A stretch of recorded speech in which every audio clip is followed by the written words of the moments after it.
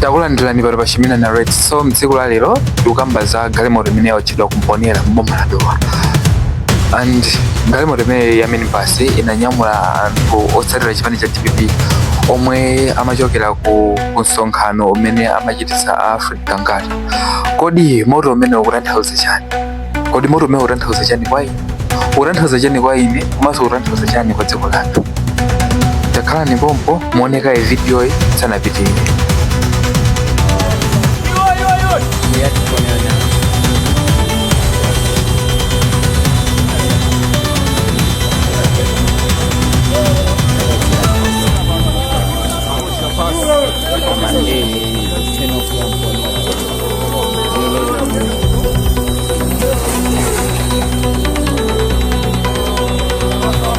Apa pati kuti zikuchitika and this time around sinkambaka mwamene maonera video nkhondo yafika pakati pathu.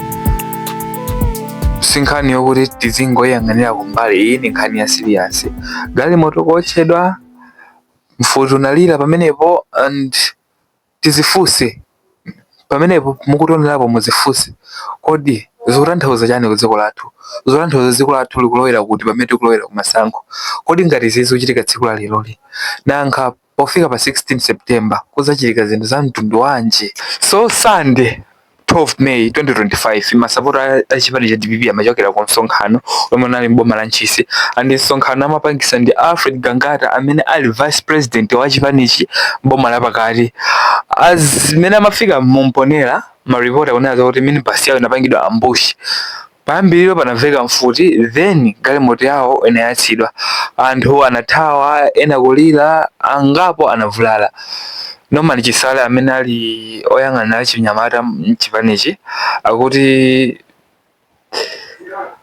zinthuzi zinachitika ndi achinyamata achipani cha MCP, ndipo iyeyo akuti apolisi anali silent, absent and powerless. Kusonzore apolisi akuti sadawathandize china chilichonse. Now MCP is saying nope, it wasn't us. It's just a setup.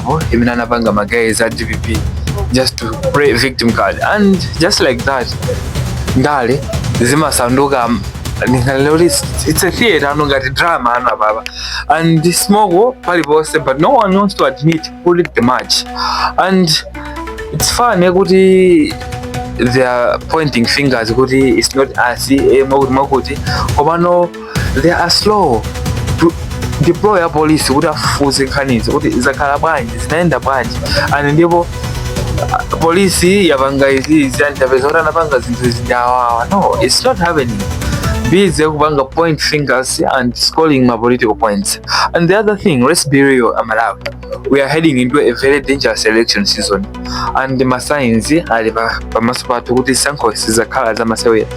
Mukuona achinyamata ngati neyo kungogwiritsa ntchito ngati zi case za draft. Violence tikuyipanga normalize. Apolisi apanga afraid kuti apange act. And you know, akupindula ndandale.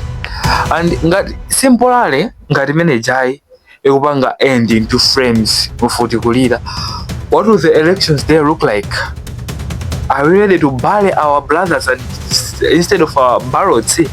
Because tizazipanga ballot okhala momoti tipange ballot, tizapange ballot ma ballot papers more ballot boxes. And Malawi, let's be serious. Let's not normalize violence. Izi zimatipanga affect ifeyo and wamba. Are we going to fight in the streets while our leaders are in my air conditioned houses? If tukuchokera kundilande tukuchokera kutandire kuti kumangumenya na mseumu pamene anthu amene akuti tuma ali nyumba za pamwamba ali pay kunyambadwe ku 49 kuti okay. Ndeno ndikuwuzeni chinthu chimene samafuna iniyo mutadziwa, samafuna iniyo mutaona. Whether you support DPP, MCP ka UTM ka independent, you are being played.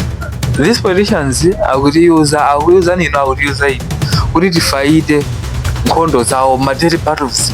While anawo ali overseas, anawo ali ku Dubai, ali safe, they are in America, and ife tili kuno kuvutika. You think kuocha basi kukutumiza uthenga wa mtundu wanji ndipo zikupanga send message kwa ndani. Of course it sends message but to wrong people. Zikuwauza anthu kuti Malawi is no longer a safe country, it's no longer a stable country, you know.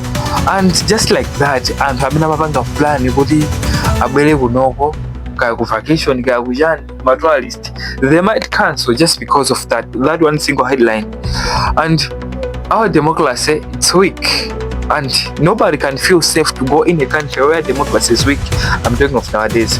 And chomvesa chisoni chokuti we would rather fight than talk. Then tikhale pasi tikamikani kuti kodi zinthuzi tingaziyendese bwanji, kodi mtendere tingaopeze bwanji. And this is a call to action kwa achinyamata. Chonde achinyamata ngati ni amene tisasanduke asilikali anthu ena akadyera. Then tikane kuyuzidwa, then tiime pa chilungamo osati tiime pa mtundu kuti ine ndine wakuti, ine ndine muyawo, ine ndine wakuti. Then tiime pa mtendere, pa malamulo, osati pa chipani china chake cha ndale. You know, we need to tell them that enough is enough. This is our future, this is our generation, and we don't do inherit zinthu zopepera ngati zimenezisi. You understand? Achinyamata anzanga, tieni apase clear message amene wawo kuti no, we are a nation imene tikufuna kusintha, not just recycling the leaders. You understand? Ma leaders ake omwe who play the same dirty games. Then timvesese pamene papa achinyamata. Mawanga omaliza basi imene yautchedwa kumponera ndiyo kuti ife tipange wake up. Ngati lero lili basi imodzi, mawa zakhala mabasi awiri, tsiku lina zakhala mzinda wonse, tsiku lina zakhala magazi paliponse, masukulu kotchedwa, manyumba kotchedwa, miyoyo kupita. And make sure you subscribe to Shamiuna Narrates. And chinanso chimene ndikuyenera ndipange emphasize, I'm not here standing for political party iyi.